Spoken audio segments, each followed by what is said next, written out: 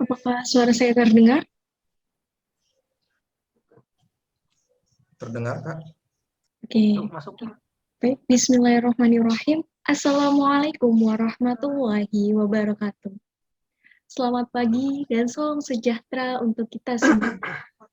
Yang terhormat Kepala Sekolah SMA Muhammadiyah 4 Depok, yang terhormat Wakil Kepala Sekolah SMA Muhammadiyah 4 Depok, yang terhormat guru-guru dari Sekolah SMA Muhammadiyah 4 Depok.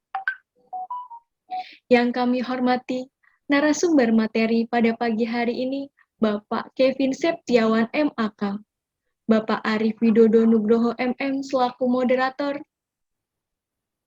Bapak Arafat Ferbian Dirza PhD selaku moderator, dan Ibu Ademaya Saraswati selaku penanggung jawab kegiatan pengabdian kepada masyarakat SMA Muhammadiyah 4 Depok, beserta seluruh peserta webinar yang berbahagia.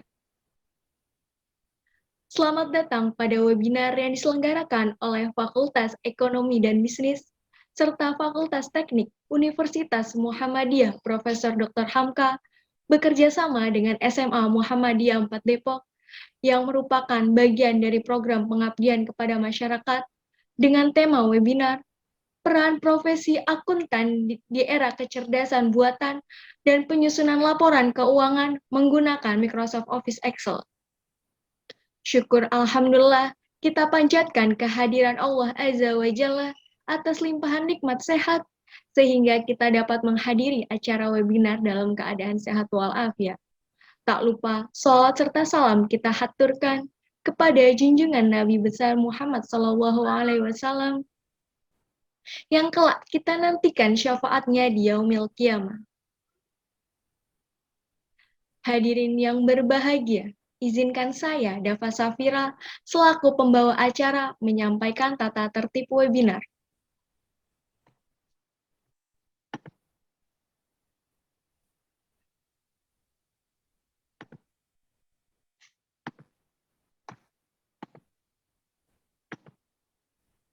Tata tertib yang pertama, sebagai bentuk partisipasi aktif webinar, mohon peserta untuk mengaktifkan kamera.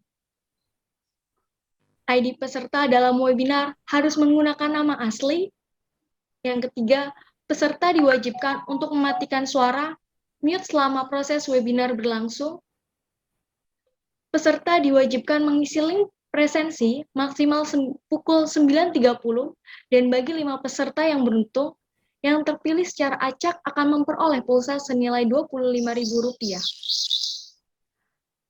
Yang kelima, nama peserta dapat mengajukan pertanyaan pada kolom chat dengan ketentuan menggunakan nama, @kelas, @pertanyaan, dan bagi 4 penanya terpilih dan beruntung akan memperoleh pulsa masing-masing sejumlah Rp25.000.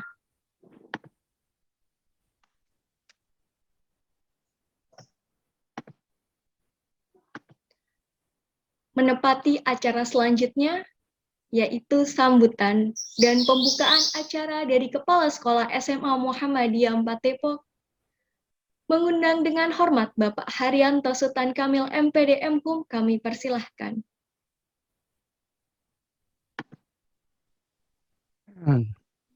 Terima kasih. Bismillahirrahmanirrahim. Assalamualaikum warahmatullahi wabarakatuh. Waalaikumsalam warahmatullahi wabarakatuh. Alhamdulillahi rabbil alamin. Wa bihi nasta'inu ala umuri dunya waddin. Allahumma shalli ala Muhammadin wa ala alihi wa sahbihi ajma'in. Raditu billahi rabba wa bil islami dina wa bi Muhammadin nabiyya wa rasulah wa bil Qur'ani imama wa hukma. Bersyukur kepada Allah Subhanahu wa taala di pagi hari ini, alhamdulillah saya bisa mengikuti kegiatan webinar yang merupakan bentuk kerjasama antara UHAMKA dengan SMA Muhammadiyah 4 Depok sebagai bentuk pengabdian masyarakat. Hubungan saya dengan UHAMKA secara personal sebenarnya sudah dari dulu. Saya adalah alumni UHAMKA juga. Dulu bukan UHAMKA namanya, Muhammadiyah Jakarta, MD, untuk membedakan dengan IKIP Rawamangun, ya. Lalu kemudian berubah menjadi UHAMKA. Buat kami sebenarnya ada beberapa keuntungan ketika kita berhubungan dengan sama lembaga ini. Yang pertama, kita memang diminta untuk berusaha menjalin kerjasama antar lembaga sesama AUM di Muhammadiyah.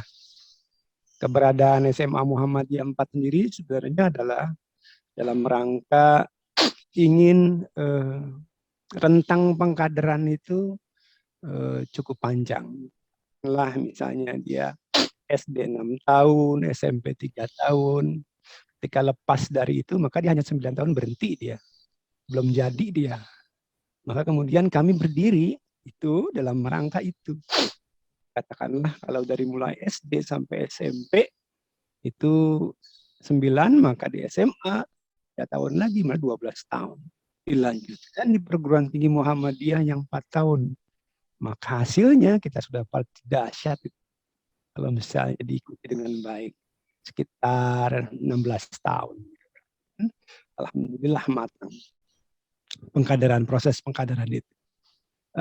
Di sisi lain terkait dengan topik kita pada pagi hari ini, saya menyambut baik karena sesuai dengan tujuan kami, misi kami ingin membekali siswa-siswi kami life skill. Salah satu life skill adalah mampu menggunakan keterampilan komputer dengan baik. Yang basicnya itu adalah di pengolah kata, pengolah angka, PowerPoint, dan database.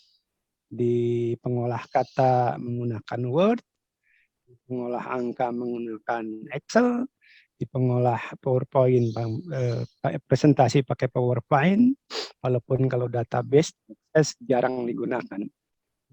Masih jarang digunakan kemampuan di siswa kami adalah di Excel. Yang lazim mereka gunakan baru 2, di Word dan di PowerPoint. Nah, dengan hari ini disampaikan materi tentang Excel, paling tidak membuka wawasan mereka untuk memotivasi. Sungguhnya ke depan ternyata kemampuan ini masih terus digunakan. Bahkan bukan hanya sekarang di SMA, tapi juga nanti kuliah, bahkan nanti ketika menjadi seorang profesional. Itulah makanya saya menyambut baik kerjasama ini. Mudah-mudahan seluruh peserta ini bisa mengikuti dari awal sampai akhir.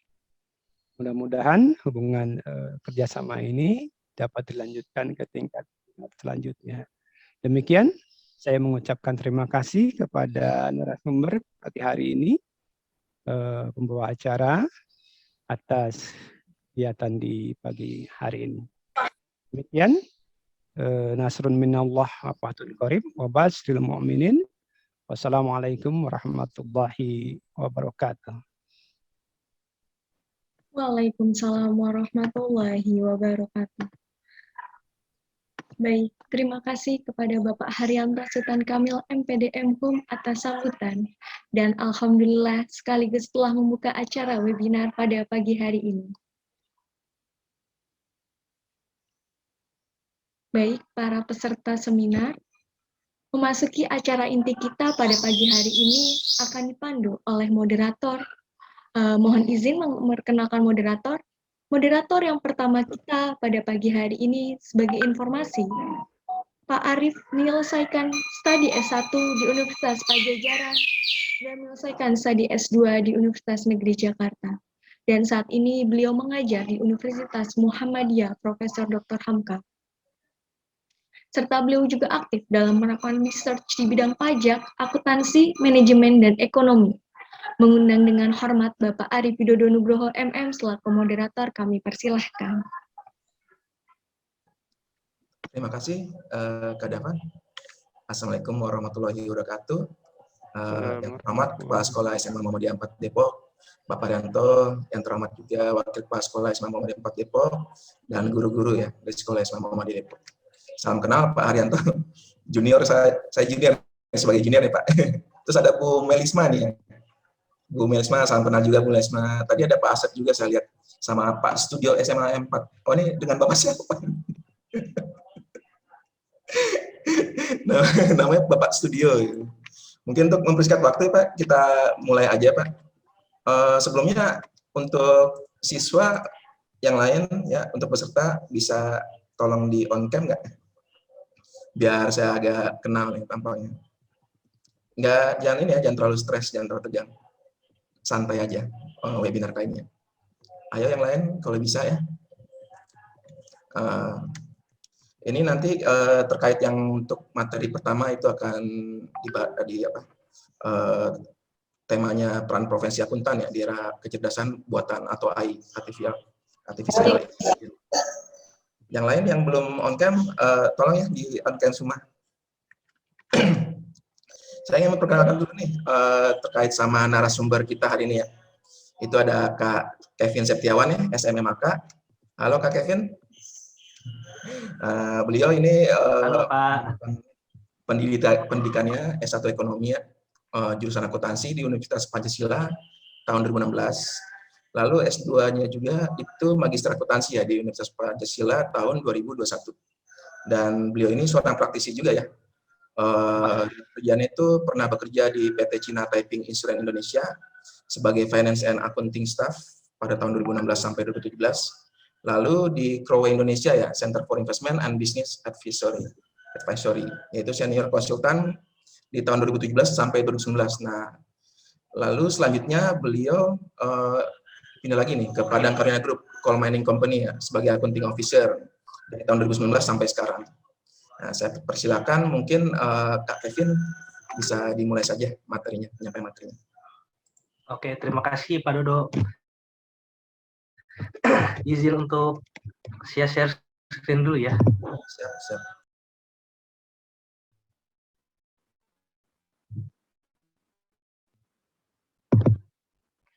Apa sudah masuk materinya?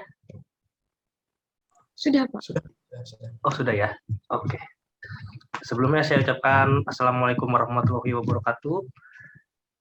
Terima kasih kepada Kepala Sekolah SMA Muhammadiyah 4 Depok, Pak Haryanto Kamil, dan juga segenap guru dan siswa-siswi.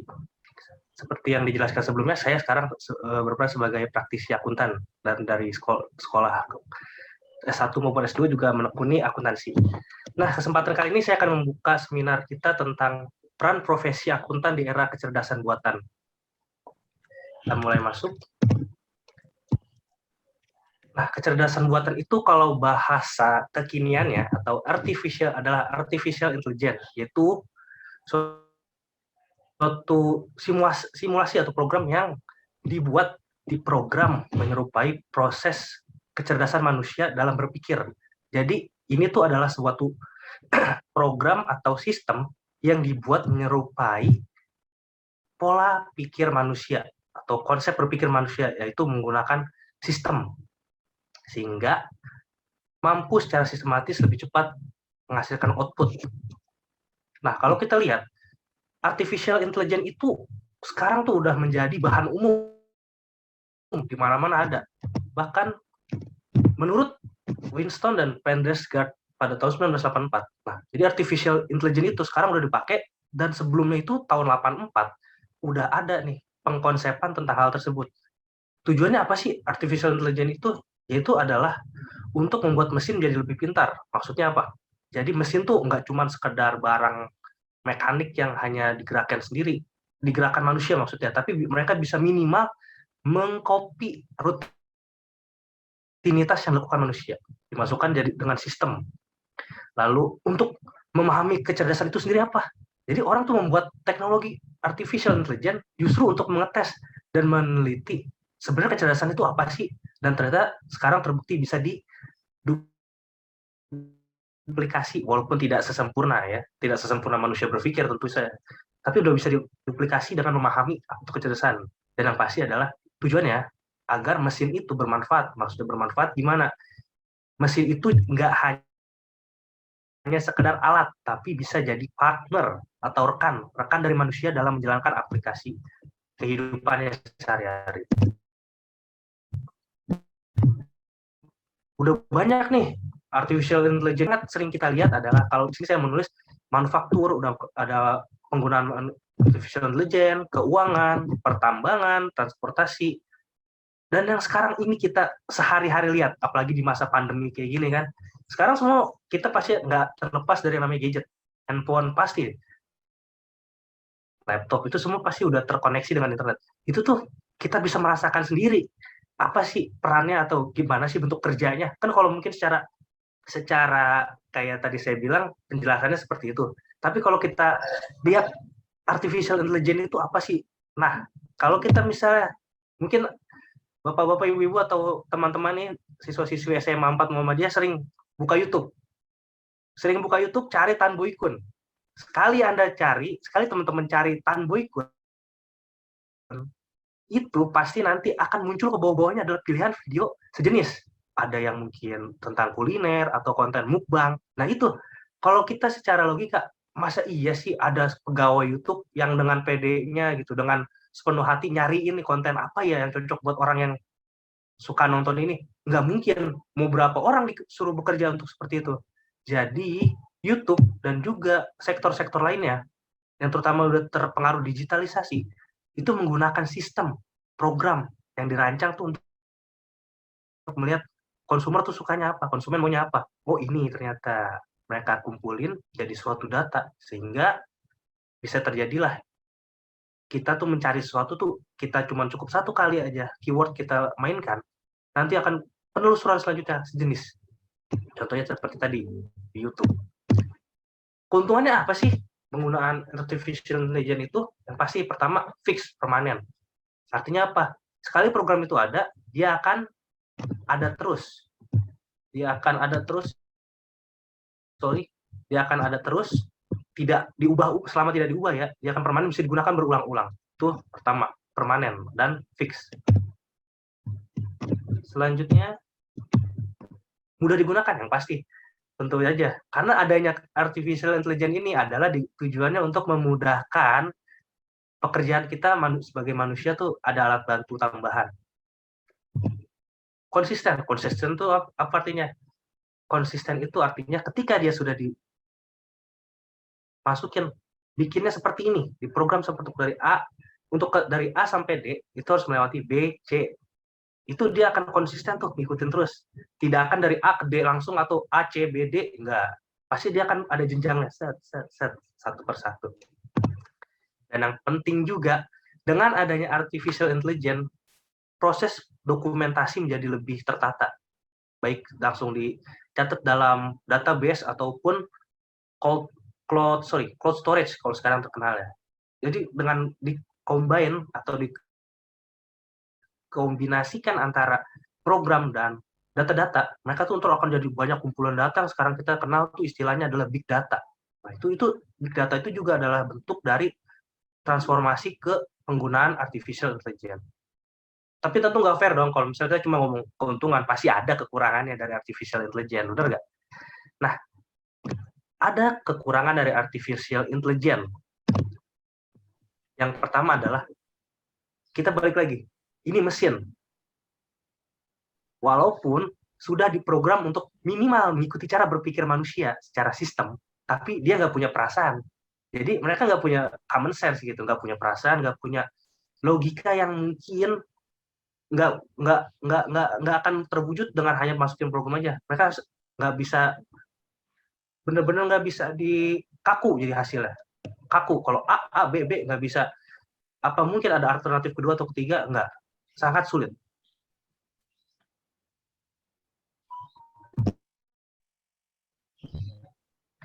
Dan ini juga, dia sudah diprogram dari A ke B, lalu ke C, dan ke D.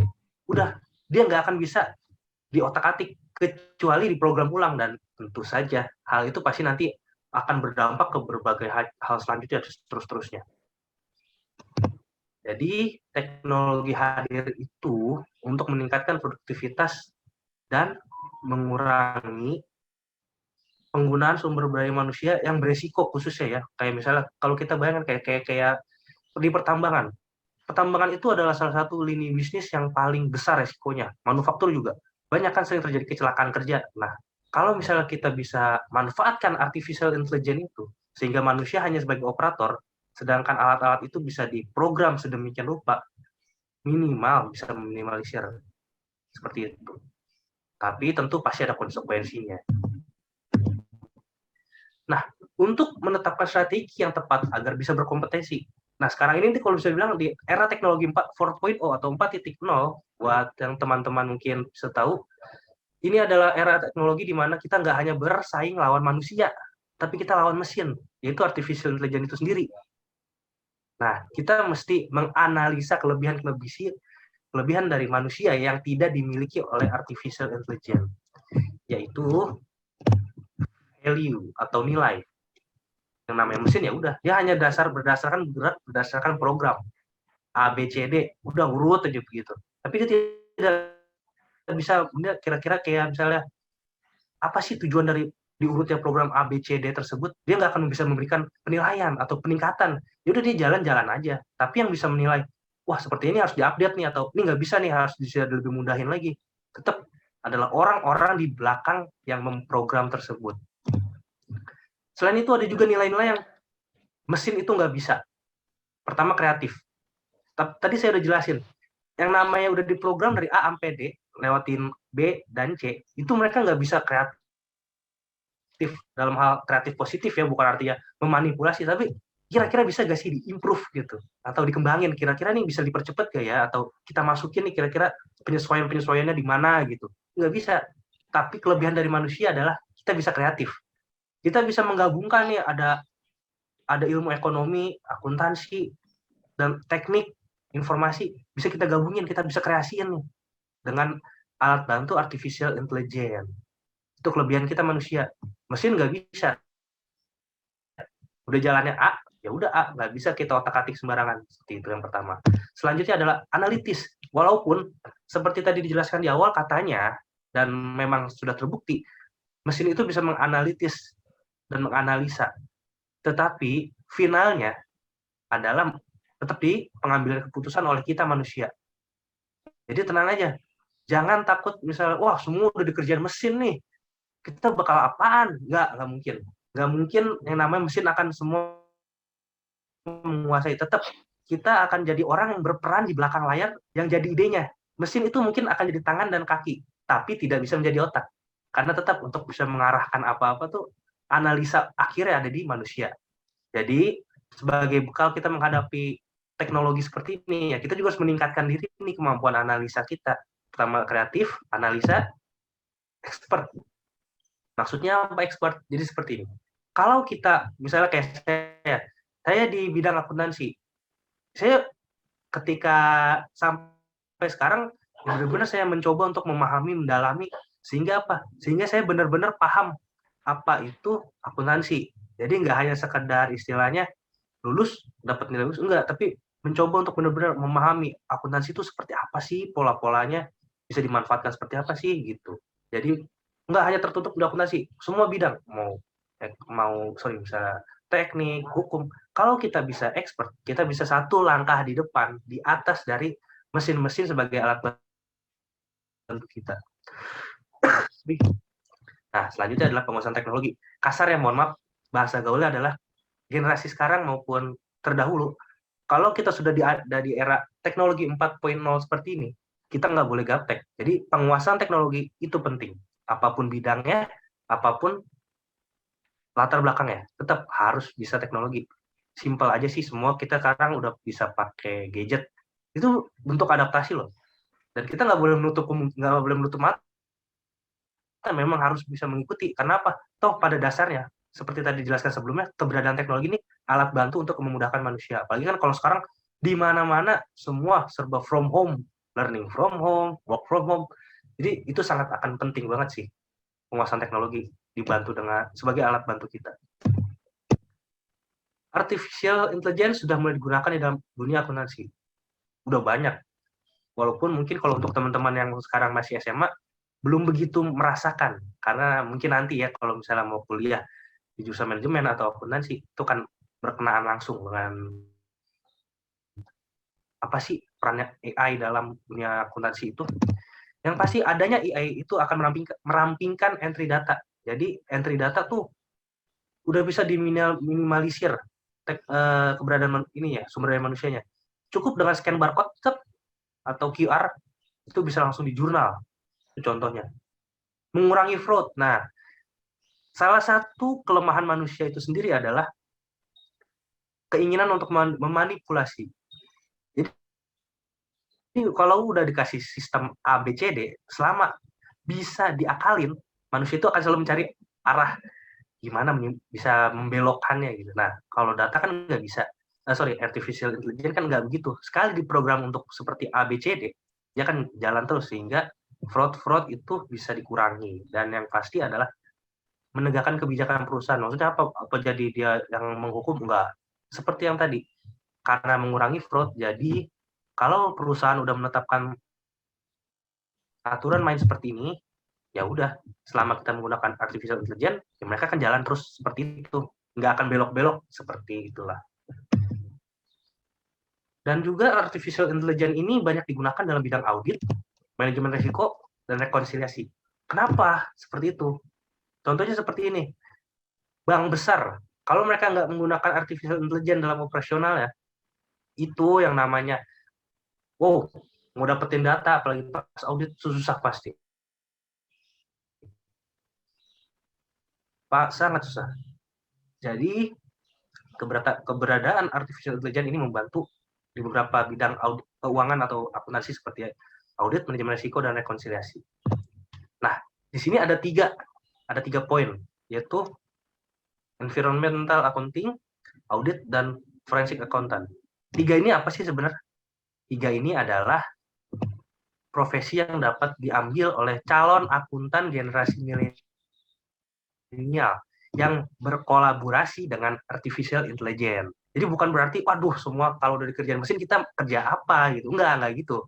Tetap ada bidang-bidang yang sebagai kita akuntan bisa kita manfaatkan nih kemajuan artificial intelligence kita gitu. Untuk kita, maksudnya. Jadi tenang. Saya pernah ada sedikit anekdot ya. Ada yang bilang, nggak mau masuk akunting. Katanya 5 tahun lagi bidang kerjanya habis. Karena semua dikerjain mesin. Nggak gitu juga. Tetap peran manusia dalam kemajuan teknologi itu adalah di atas, top of the top, di atas gitu. Di atas dari mesin itu sendiri.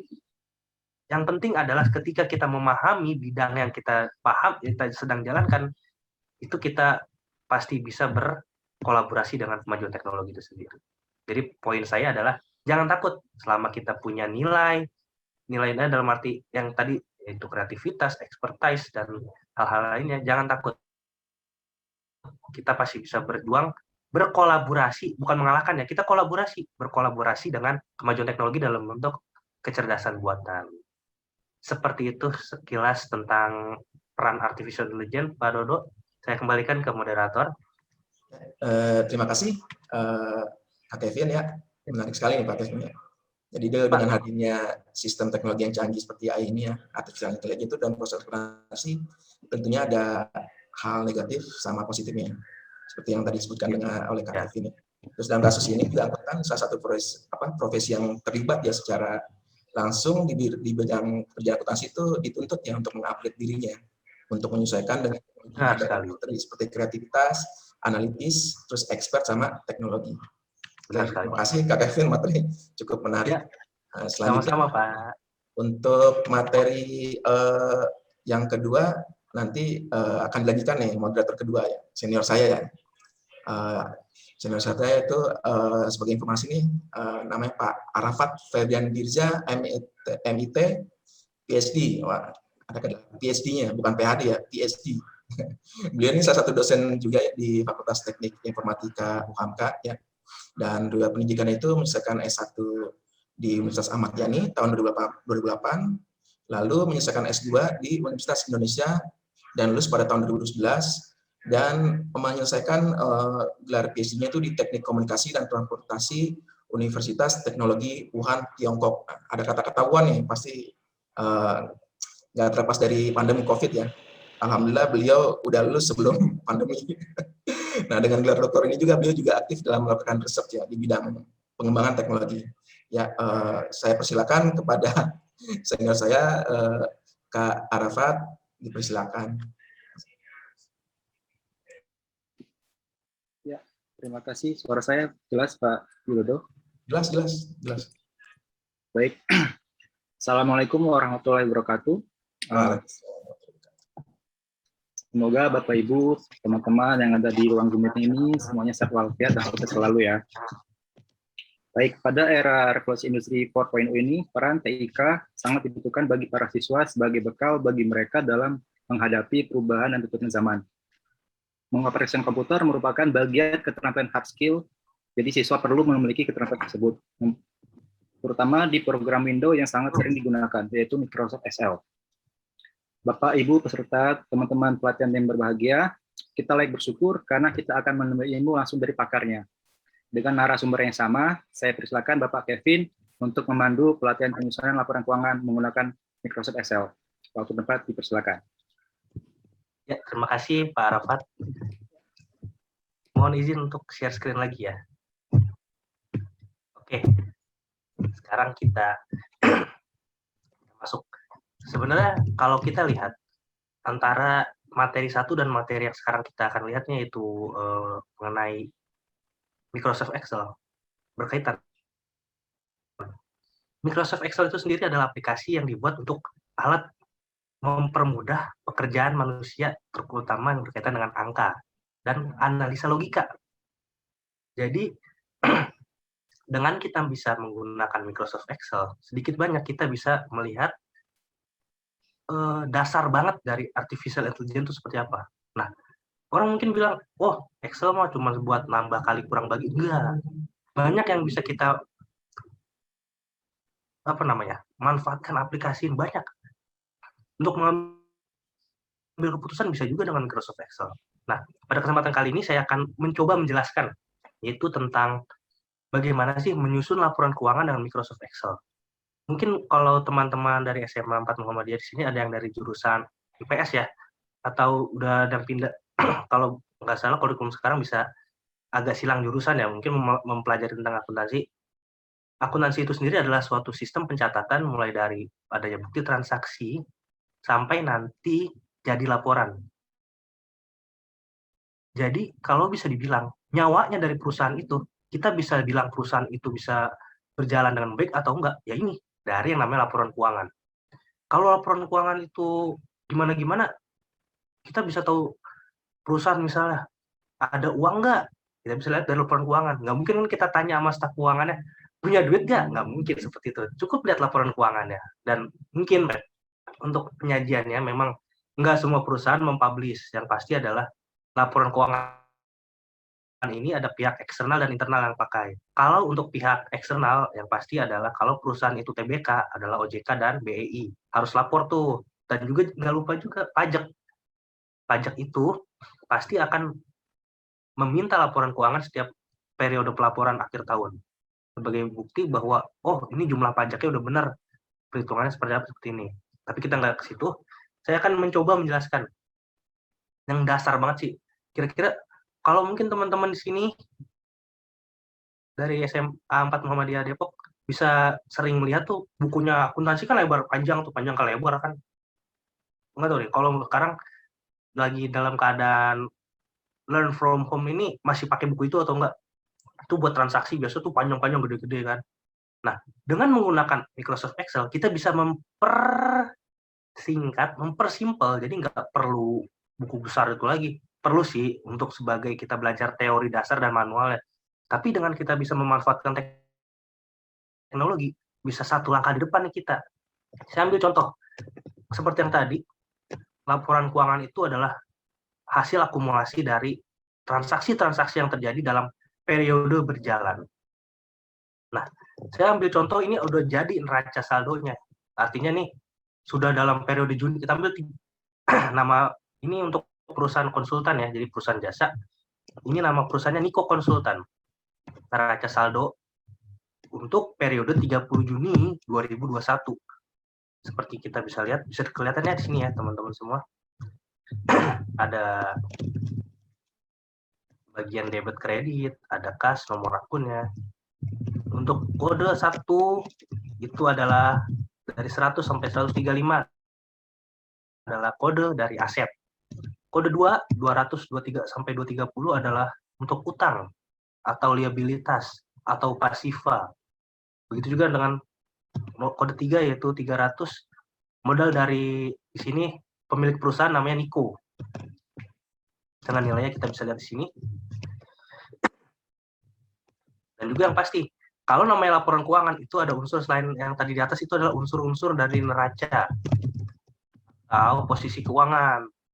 Nah, itu untuk melihat kayak berapa kasnya, berapa utangnya, berapa modalnya, kita bisa lihat dari situ.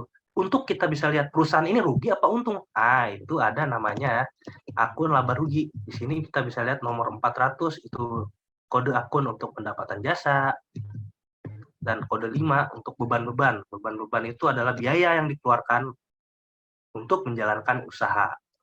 Itu dasar banget ya akuntansi ya. Nah, yang pasti adalah setiap laporan akuntansi, tutup buku nih, setiap tutup buku tuh pasti ada penyesuaian. Nah, di sini ada akun tambahan yang digunakan sebagai akun-akun penyesuaian. Karena seperti ini, ketika kita beli, contoh lah, kita punya pulpen 1, atau pensil. Pensil itu kalau setiap kita pakai, pasti kita akan serut. Jadi kalau kita beli pulpen tanggal 1 Desember, sama pulpen tanggal 31 Desember, otomatis panjangnya udah beda. Nah, itu konsepnya. Jadi pentingnya jurnal penyesuaian itu adalah untuk memastikan bahwa pulpen atau pensil yang kita pegang ini, ya aktualnya segitu. Misalnya awalnya 20 cm, karena kita sering pakai, kita serut, kan lama habis, jadi sisa 15 cm atau 10 cm. Sama itu konsepnya dengan jurnal-jurnal penyesuaian, jadi disesuaikan. Kita masuk, setelah di contoh soal ini kita langsung pakai adalah neraca yang udah jadi ini udah laporan yang terbentuk setelah pelaporan sebulan, yaitu tanggal 30 Juni tahun 2021, neraca saldonya udah ada, tapi di sini ada komponen-komponen untuk penyesuaian atau adjustment. Nah, di sini poin pertama adalah saldo fisik perlengkapan yang ada pada tanggal 30 Juni, sini seharusnya 2021 adalah 1.300.000. Nah, gaji yang belum dibayarkan kepada karyawan sebesar 1.500.000. Jadi perusahaan masih punya ini nih, ada yang belum dilunasin gajinya sampai akhir bulan. Lalu penyusutan untuk periode Juni 2021 adalah 250.000. Sama seperti itu tadi konsepnya. Ada barang yang sudah dipakai terus disesuaikan. Dimana kalau di sini adalah yang disesuaikan yaitu perlengkapan. Peralatan kantor sudah terpakai 250.000. Lalu ada pendapatan yang sudah dibayarkan oleh konsumen. Yang belum dibayarkan, kita udah kasih layanan ke pelanggan, tapi belum dibayar sama dia. Karena mungkin udah lewat akhir bulan, takut nanti jadi uang gantung gitu, tunggu sampai bulan baru dibayarin gitu. Iuran listrik belum dibayarkan 600.000. Biasanya listrik itu tuh dipakainya Juni, ditagihnya Juli, seperti itu contohnya. Sehingga masih gantung, tapi kita udah tahu nilainya berapa. Lalu asuransi. Nah, biasanya kalau asuransi itu misalnya kita beli asuransi untuk setahun, bayarnya 200.000, biasanya dibagi 12 tuh. Tiap bulan kepotong saldonya. Kita masuk lalu selanjutnya di jurnal-jurnalnya. Jurnal-jurnalnya apa aja? Saya sudah jelaskan di awal tadi, ada beberapa transaksi penyesuaian. Nah, yang pertama adalah saldo fisik perlengkapan yang ada pada tanggal 30 Juni adalah sebesar 1.300.000. Perlengkapan. Lihat ke neraca saldo. Kalau di sini, perlengkapan itu nilainya 2 juta. Tapi setelah dicek secara fisik, ternyata secara nilai udah 1.300.000. Jadi kita harus bikin penyesuaian. Berapa penyesuaiannya? Dari 2 juta ke 1.300.000 ya. 1.300.000. kita bikin jurnal penyesuaian untuk keterangan pertama, yaitu ada perlengkapan yang sudah jadi beban sebesar 700.000. Dari mana? Dari 2 juta di saldo awal, lalu di endingnya, di akhirnya tinggal sisa 1.300.000. Berarti kan udah terhilang nilainya tuh. Udah hilang nilainya sebesar 700.000. Dari 2 juta kurangin 1.300.000, udah berkurang tuh. Sebagai apa kita catat? Oh, sebagai beban. Jadi artinya apa? Kita sudah gunakan perlengkapan tersebut sebesar 700.000 selama periode bulan Juni. Dicatat di debit, yaitu beban perlengkapan 700.000, dan kalau perlengkapan itu nilainya berkurang, berarti harus dikurang dong. Nah, berkurangnya bagaimana? Kita jurnal. Kalau perlengkapan itu aset, saldo normal ya, ini materi tentang saldo normal.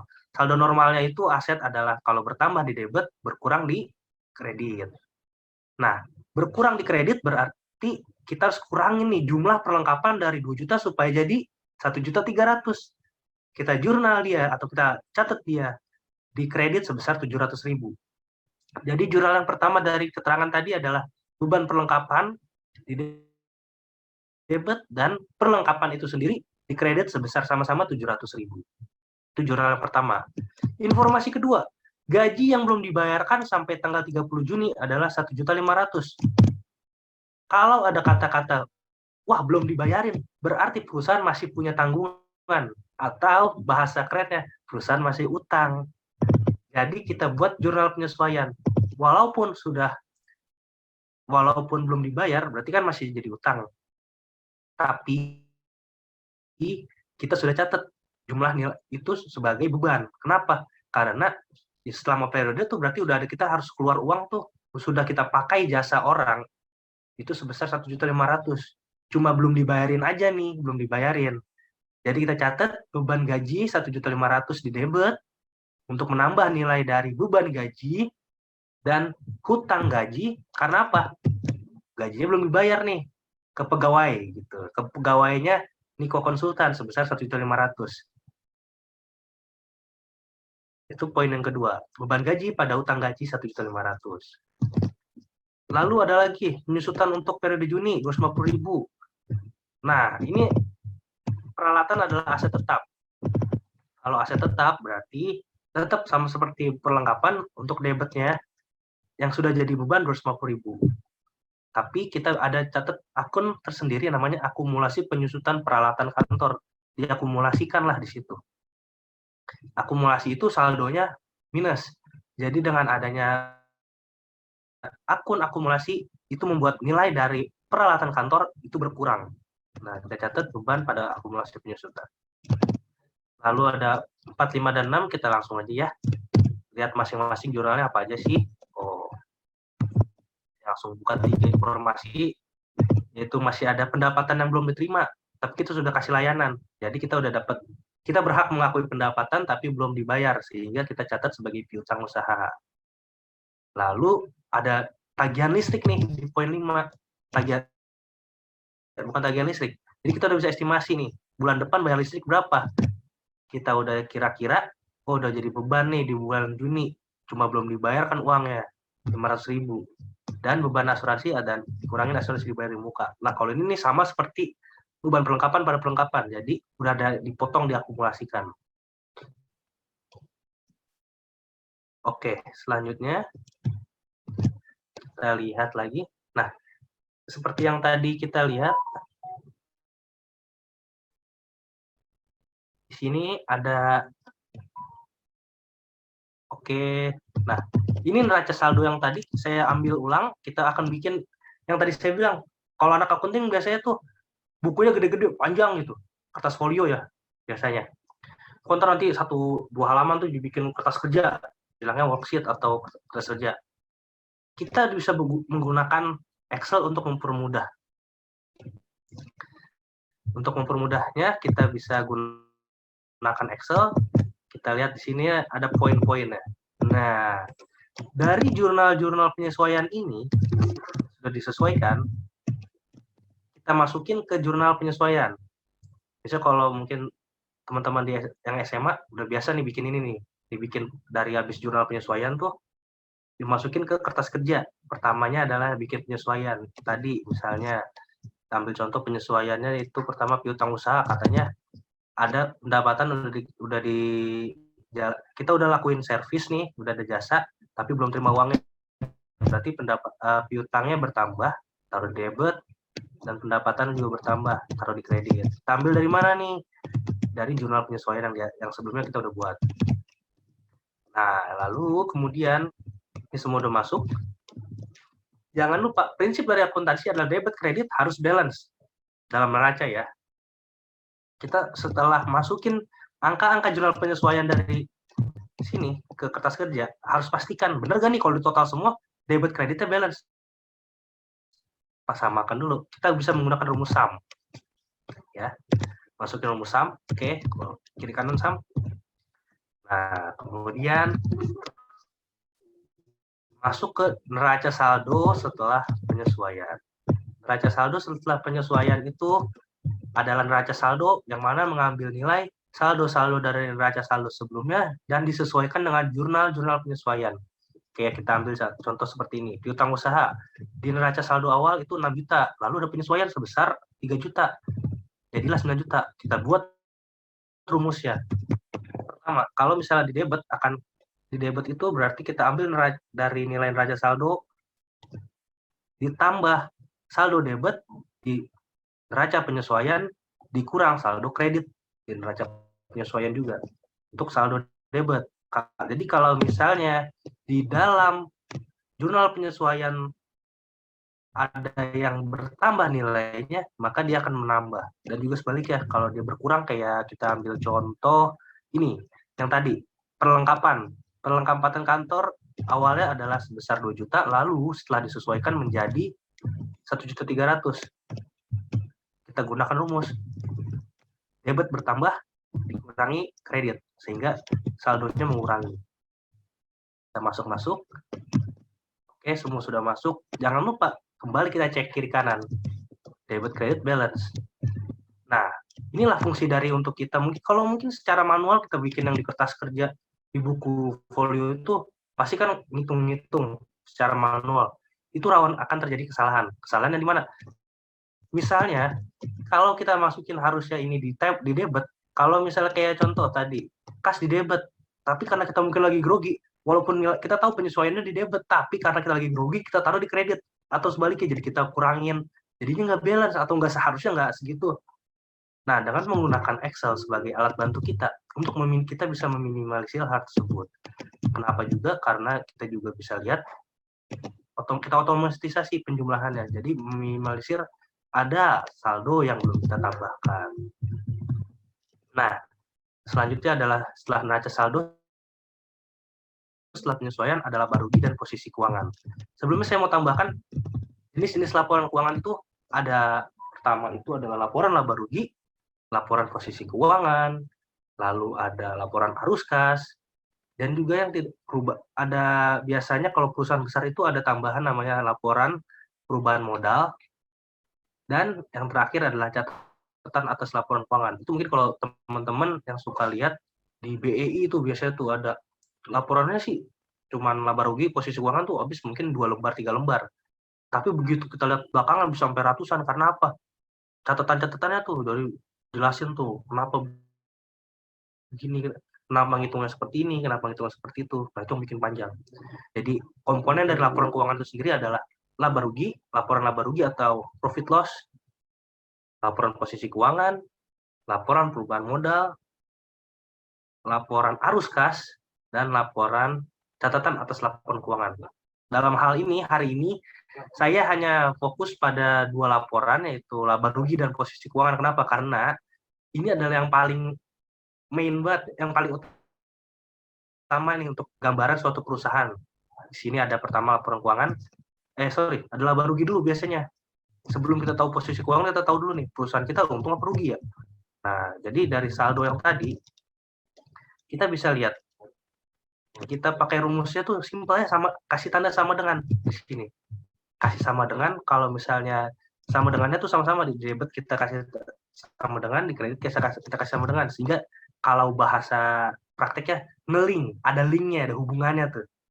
Sehingga kalau misalnya ini saya ubah angkanya, kita tambahin 500 misalnya, 400.000. Jadi kita nggak harus ubah ini kita nggak manual, tapi kita udah bikin dia secara otomatis. Kalau kita ubah satu angka di sini, maka akan kesananya berubah angkanya. Itu namanya link. Kita bikin link. Dan itulah salah satu bentuk teori konsep dasar dari artificial intelligence kayak gitu.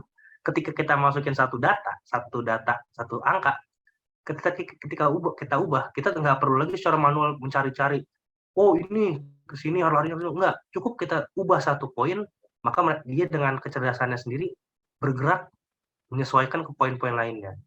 Itu konsep dasarnya. Itu oleh karena itu, walaupun sederhana sebenarnya bikin Excel, laporan keuangan dengan Excel ini, tapi kalau kita paham konsepnya, ini semua bisa kita manfaatkan untuk dasarnya sih pengenalan dari artificial intelligence. Oke, balik lagi.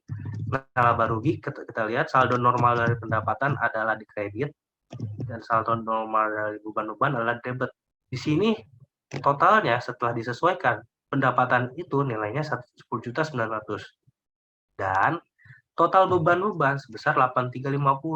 Berarti nggak balance dong, Kak Kevin. Memang tidak balance. Kenapa? Karena kita lihat, ternyata dari sini, unsur dari pendapatan lebih besar daripada unsur beban. Kalau bahasa singkatnya, uang masuk lebih besar daripada uang keluar. Sehingga kita mendapatkan yang namanya keuntungan. Nah, selisih dari pendapatan dan beban itulah yang kita sebut sebagai keuntungan. Atau, ya, masing-masing dari sini. Ya, oke. Nah, sudah.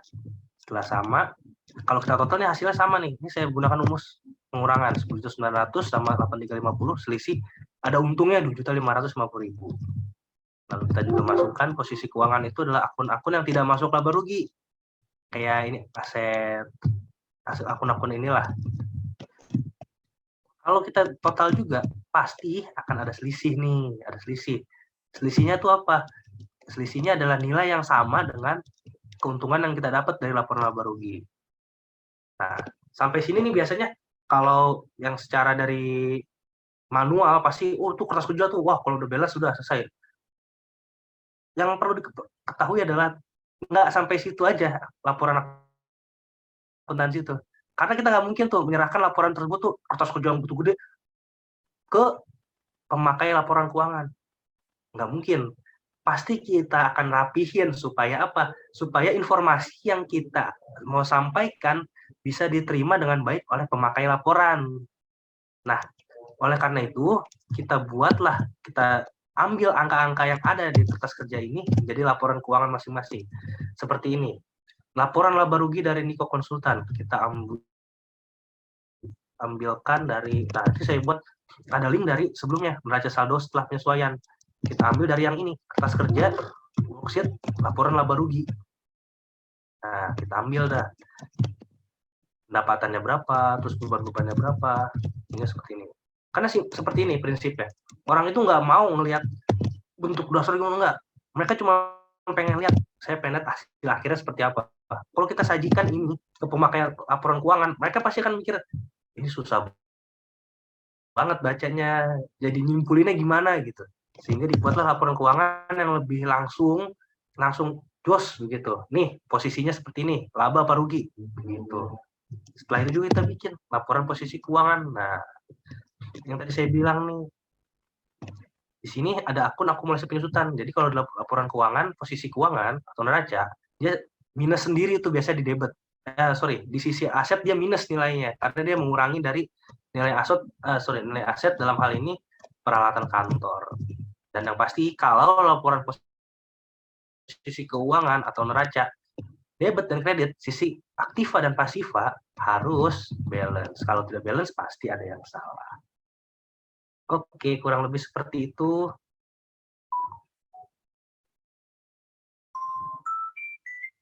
Adakah kira-kira yang mau ditanyakan atau nanti kita compile saja ya? Kita compile saja ya, pertanyaan digabungkan di sesi selanjutnya. Oke, saya serahkan kembali ke Pak Arafat, terima kasih. Yap. Terima kasih kami ucapkan kepada Bapak Kevin sebagai narasumber di pelatihan hari ini yang telah berbagi ilmu yang luar biasa ya terkait penggunaan Microsoft sebagai penyusun laporan.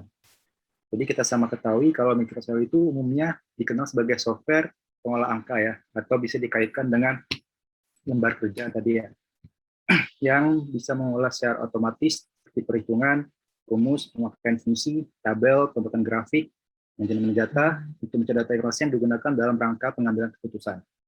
Selanjutnya kita masuk ke sesi diskusi atau tanya jawab.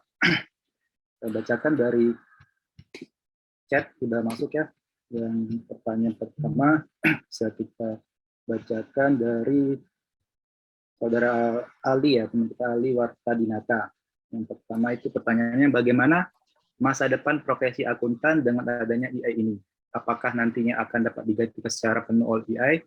Seperti sekarang, banyak profesi yang hilang karena kemajuan teknologi. Ini pertanyaan pertama, mungkin langsung bisa dijawab dulu Pak ya. Sebelum pertanyaan selanjutnya yang mungkin ada yang raise hand, bisa bertanya langsung. Bapak Ibu guru juga boleh bertanya, teman-teman lainnya juga. Baik, Pak Kevin bisa dipahami pertanyaannya? Boleh. Ya. Tentang masa depan akuntan ya. Ya. Konsepnya itu kan menghadapi perkembangan artificial intelligence. Jadi seperti ini. Kita boleh khawatir dalam arti gini, khawatir itu karena bidang kerjanya mungkin untuk ke masa depannya adalah akan sedikit lebih sempit. Nah, kalau bahasa ilmiahnya itu kayak seleksi alamnya akan lebih ketat.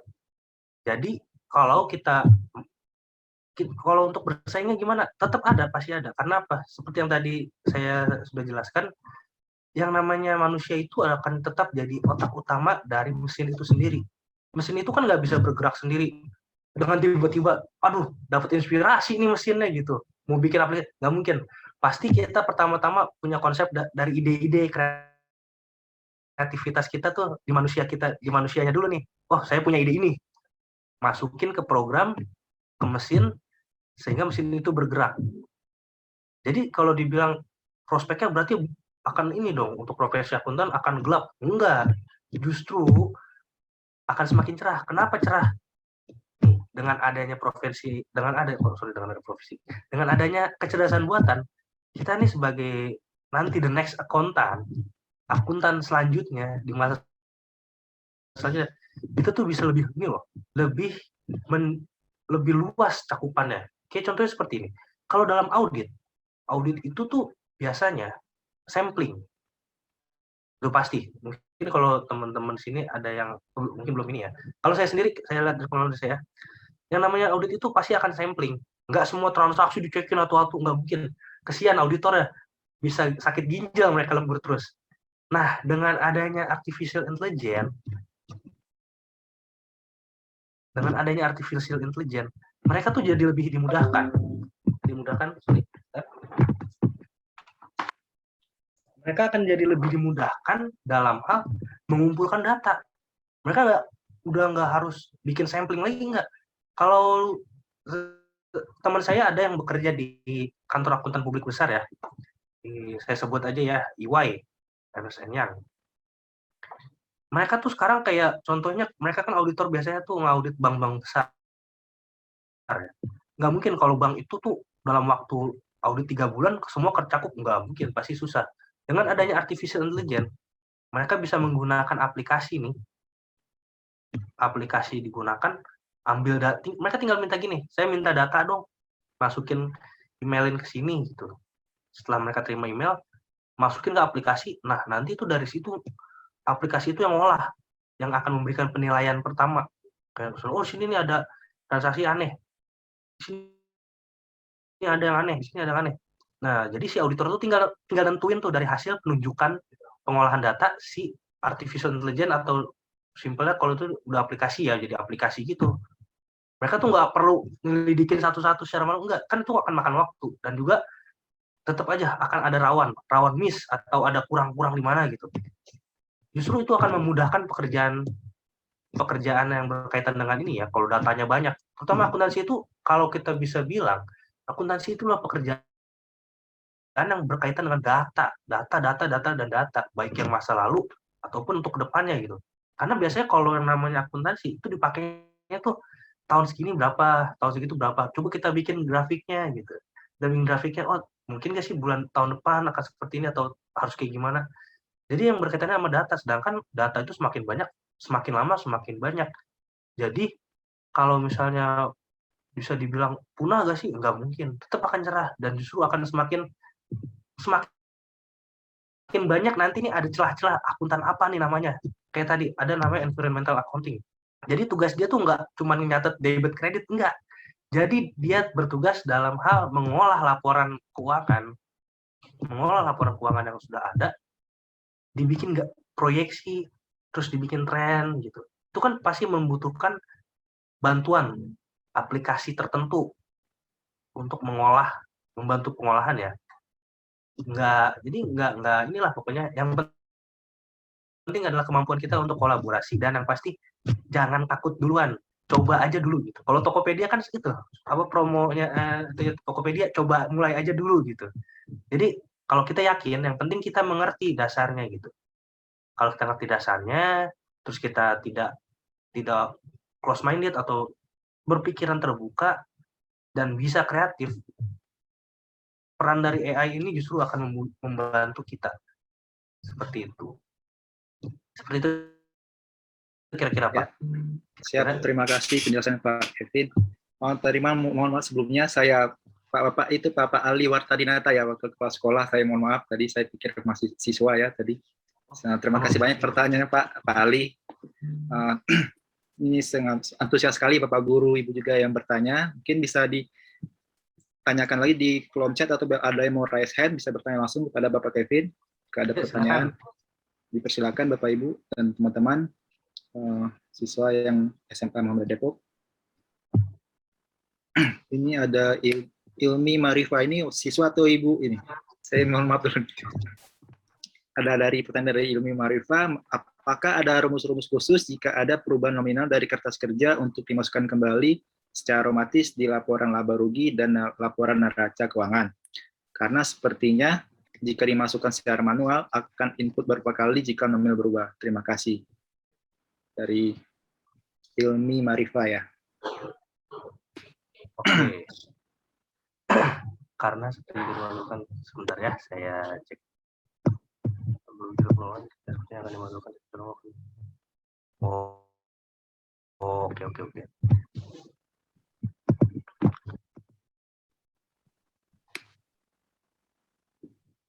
Saya coba. Kita mulai dari ini dulu ya. Ada rumus-rumus khusus jika ada perubahan nominal dari kertas.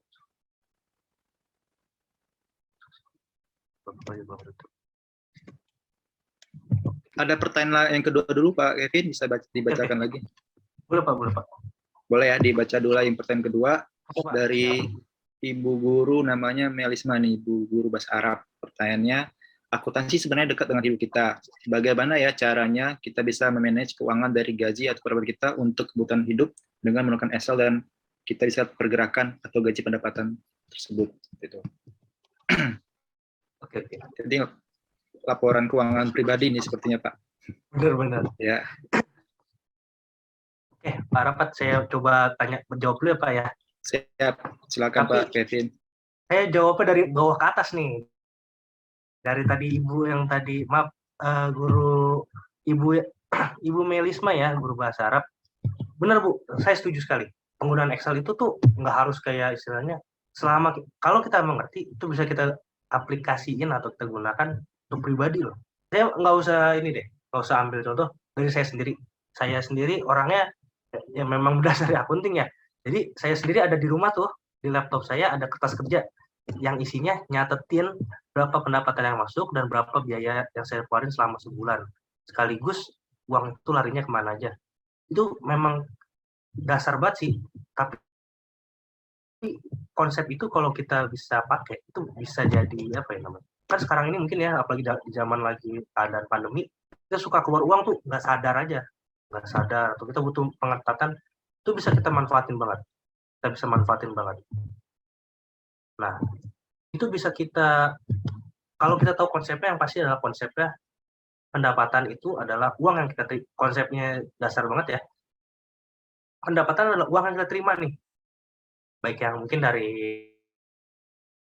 sekolah atau ada pendapatan, ada sampingan, lalu di apa namanya, pendapatan itu di satu sisi, dan sisi lain adalah uang-uang yang kita keluarkan. Apa aja sih yang kita udah beli, konsep itu aja. Kalau kita bisa bikin matchingkan apa ya, kita aduin lah kasarnya, bahasa simpel, kita adu antara uang yang kita terima dengan uang yang kita keluarin. Nah di situ tuh bisa kelihatan tuh, oh ternyata harusnya uangnya bisa ada kekumpul sisanya segini, atau ada lebihnya segini, kita bisa alokasiin tuh, mungkin kita bisa beli, kayak mungkin kalau di sini investasi gitu, taruh deposito atau beli emas, itu bisa Bu, seperti itu Bu. Yang penting kita tahu dulu, paham konsepnya. Kita mungkin kalau secara keuangan pribadi ya, nggak perlu kayak muluk-muluk kasnya berapa bulan, enggak. Yang penting kita bisa memanage berapa uang yang masuk, kita tahu berapa, uang keluar kita tahu berapa, kita bisa aduin tuh. Jadi kita kebayang, oh tahun ini nih ternyata saya boros banget, atau oh ternyata tahun ini saya bisa berhemat loh gitu. Bukan tahun sih, bulan ini. Itu bisa Bu, sangat bisa sekali. Membantu banget dalam memanage pendapat. Karena apa? Kalau kita tahu kemana uang masuk dan kemana kita keluar, biasanya ke depannya nanti kita bisa lebih terbiasa untuk lebih lebih disiplin. Konsep kedisiplinan dasarnya di situ. Selanjutnya saya mau mencoba menjawab yang pertanyaan ini, Ibu atau siswa ya, Ilmi Ma'rifah. Apakah ada rumus-rumus khusus jika ada perubahan nominal dari kelas kerja untuk dimasukkan secara otomatis laporan keuangan? Nah, begini. Yang tadi saya contohkan itu adalah karena kita sadar juga ya, ada keterbatasan waktu. Itu adalah benar-benar yang menggunakan aplikasi Excel dan masih ada unsur manualnya kurang lebih 60%. Sehingga ya secara tadi yang dipertanyakan, karena manual ya pasti harus dibuat manual gitu. Ada sebenarnya, saya sudah siapkan kalau misalnya ini ya, untuk bisa membuat suatu rumus itu jalan sendiri, itu sebenarnya ada Bu. Atau ini saya tahu siswa ya, atau guru. Ada rumus ya, yaitu kita bisa gunakan rumus sum if dan VLOOKUP atau HLOOKUP. Biasanya sih VLOOKUP. VLOOKUP itu kayak gini. Kita menggunakan rumus-rumus logika dari Microsoft Excel untuk secara otomatis mereka mencatat. Kayak misalnya nih, kalau kita lihat lagi dalam yang namanya akuntansi, dalam akuntansi tuh terutama ini ya, pasti akan butuh yang namanya nomor akun. Kalau kita punya nomor akun, kita udah siapin bener-bener nih nomor 1 sampai sekian, kita udah siapin 1 sampai sekian, nah itu tuh kita bisa bikin otomatis loh, walaupun pakai Excel ya, hasilnya bisa nggak kalah sama yang pakai aplikasi. Kita bisa bikin, kita bisa rumusin. Jadi yang tadi mungkin saya contohkan memang paling ini ya, contoh simpel banget, karena mengingat keterbatasan waktu juga. Tapi saya sendiri sudah ada, sebenarnya tuh udah saya bikin pakai VLOOKUP, pakai sum if.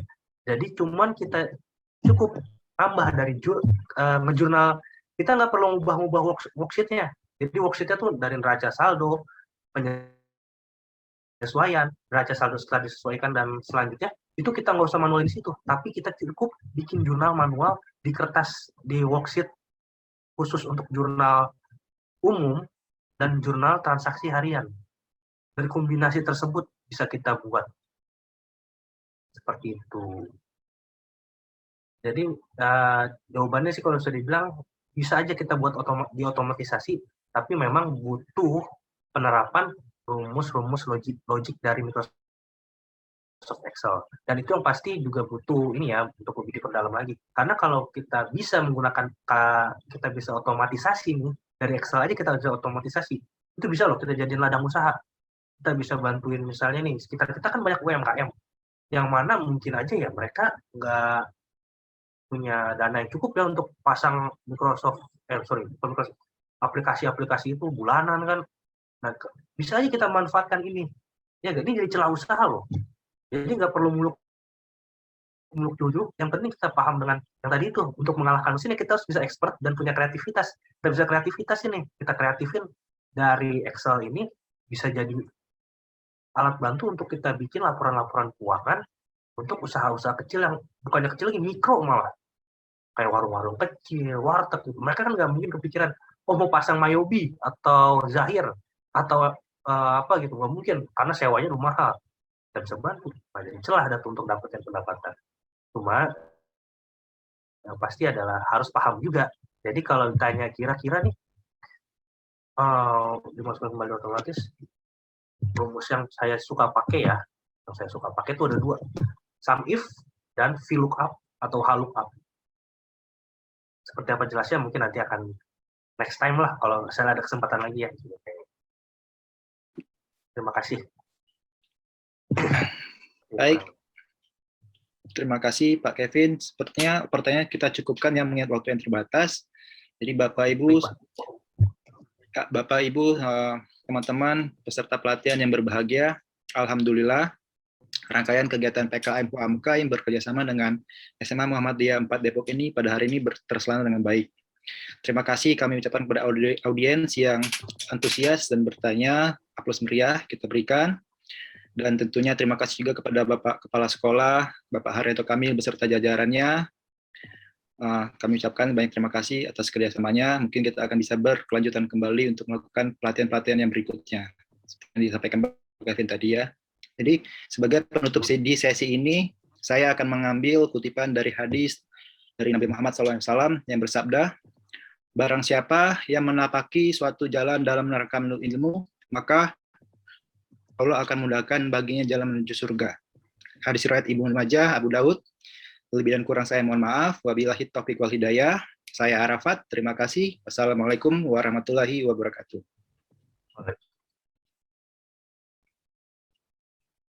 Saya kembalikan ke MC.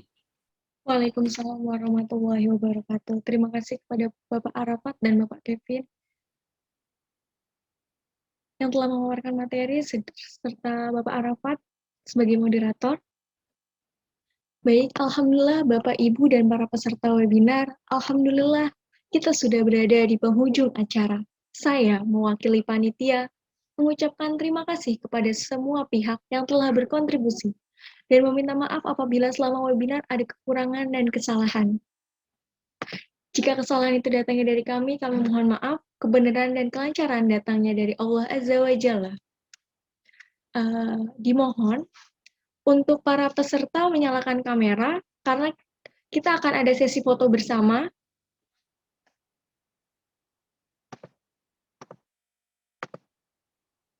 Ayo semuanya untuk menyalakan kamera. Alivia, Karyanto, Ilmi, Lam, dan lain-lainnya, Bapak, Ibu, dan para peserta lainnya, diharapkan untuk menyalakan kamera.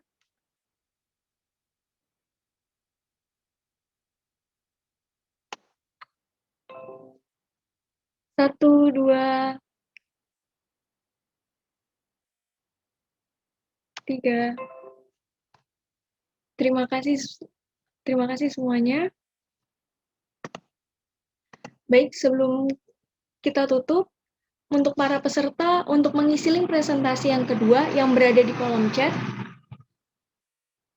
Mungkin sekian, terima kasih. Mudah-mudahan kita dapat dipertemukan lagi dalam pertemuan selanjutnya. Wabillahi taufiq wal hidayah. Wassalamualaikum warahmatullahi wabarakatuh. Waalaikumsalam warahmatullahi wabarakatuh. Terima kasih banyak. Terima kasih semuanya. Terima kasih banyak. Terima kasih. Terima kasih. Pak Haryanto, Pak Ali, terima kasih banyak. Semoga bisa bekerja sama kembali. Terima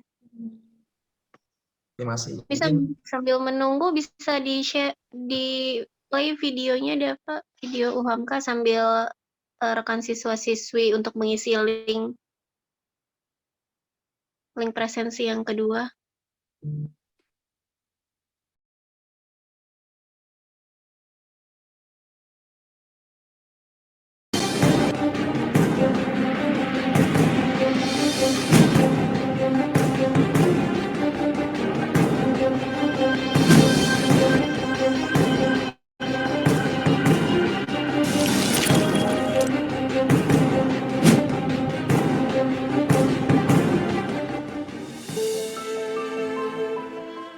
Kiai Haji Ahmad Dahlan, pendiri Perserikatan Muhammadiyah yang memiliki spirit mencerdaskan, mencerahkan, dan berkemajuan sejak dulu hingga sekarang.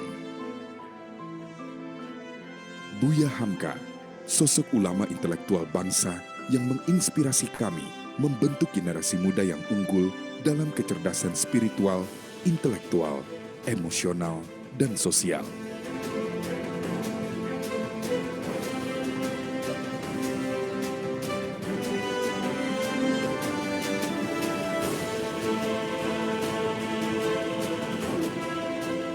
Universitas Muhammadiyah Profesor Dr. Hamka atau biasa disebut UHAMKA hadir di tengah-tengah kota metropolitan Jakarta dengan lokasi perkuliahan yang mudah dijangkau berbagai sarana transportasi ibu kota. Kemudahan aksesibilitas meningkatkan efektivitas agar generasi muda bisa lebih mudah mendapatkan pendidikan yang lebih berkualitas. UHAMKA, universitas yang mengedepankan nilai al-Islam dan kemuhammadiyahan dalam proses belajar mengajar dan di segala aspek kehidupan, untuk membentuk lulusan yang unggul secara intelektual maupun spiritual.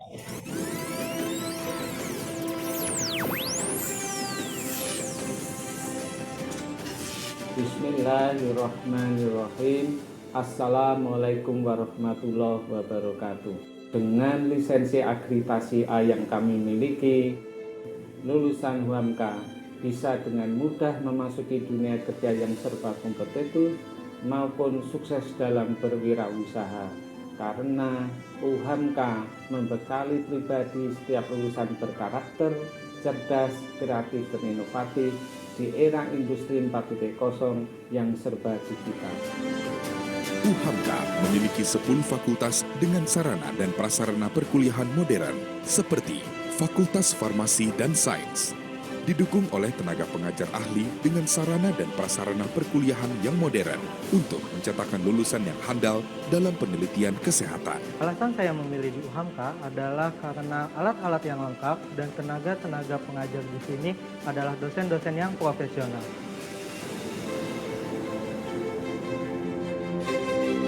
Salah satu studi unggulan adalah penelitian uji kehalalan bahan makanan. Bidang penelitian ini sering menjadi rujukan perusahaan besar dalam menentukan kehalalan suatu produk.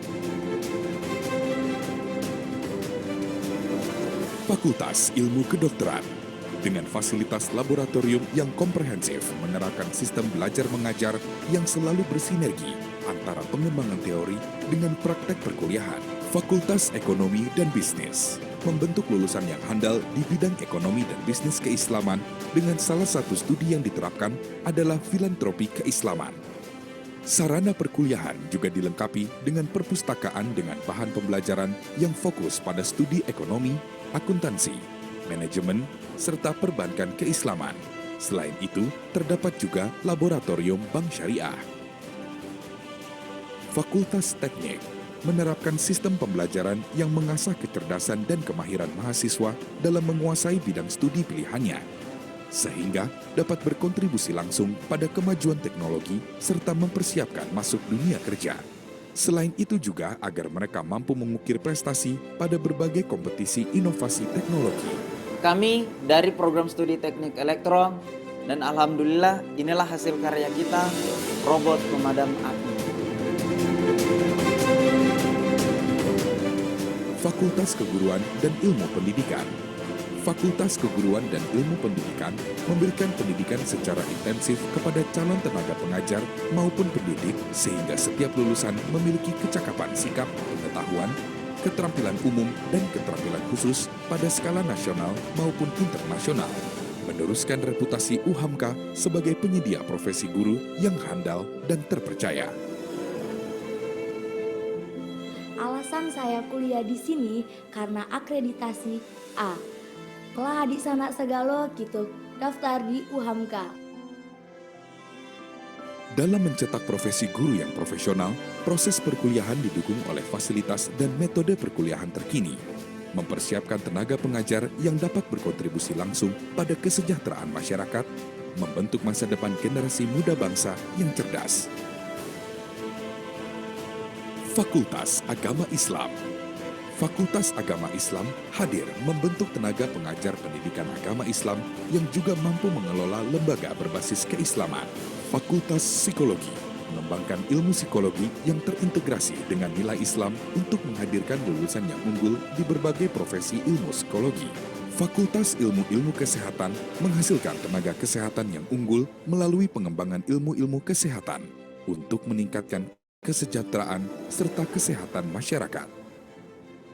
Fakultas Ilmu Sosial dan Ilmu Politik dengan program studi utama ilmu komunikasi membentuk lulusan yang unggul di berbagai bidang ilmu komunikasi dengan dukungan pengajar profesional serta fasilitas perkuliahan yang dibuat sama dengan dunia kerja nyata. Sehingga setiap lulusan dapat kompetitif memasuki dunia kerja sekaligus mempunyai jiwa entrepreneurship dalam upaya untuk meningkatkan kesejahteraan masyarakat. Saya mengambil jurusan ini karena fasilitas di Fisip UHAMKA sangatlah menunjang kebutuhan mahasiswa. Masuk UHAMKA, kalian nggak akan nyesal. Sekolah Pasca Sarjana UHAMKA. Sekolah Pasca Sarjana UHAMKA menjawab tantangan para mahasiswa dan pekerja yang ingin mengejar jenjang pendidikan yang lebih tinggi, juga untuk meningkatkan profesi dan kompetensi bekerja. Saya memilih UHAMKA karena untuk menunjang pendidikan dan karir saya ke depan, dan karena terakreditasi A, sehingga membuat saya yakin untuk memilih kampus ini. Assalamualaikum warahmatullahi wabarakatuh. Pusat Neuroscience UHAMKA adalah lembaga yang mengkhususkan diri untuk mengkaji bagaimana ilmu tentang otak dan perilaku manusia diaplikasikan di berbagai bidang, seperti leadership, marketing, edukasi, dan sebagainya. Pusat Neuroscience UHAMKA adalah satu dari sangat sedikit lembaga yang mengkaji bidang itu di Indonesia. Jika ada di antara rekan-rekan semuanya yang ingin mendalami tentang otak manusia, silakan bergabung ke UHAMKA. UHAMKA, universitas yang membentuk generasi muda yang unggul dalam kecerdasan intelektual dan spiritual, menyongsong persaingan global terhadap tenaga profesional di era industri 4.0. UHAMKA lebih utama.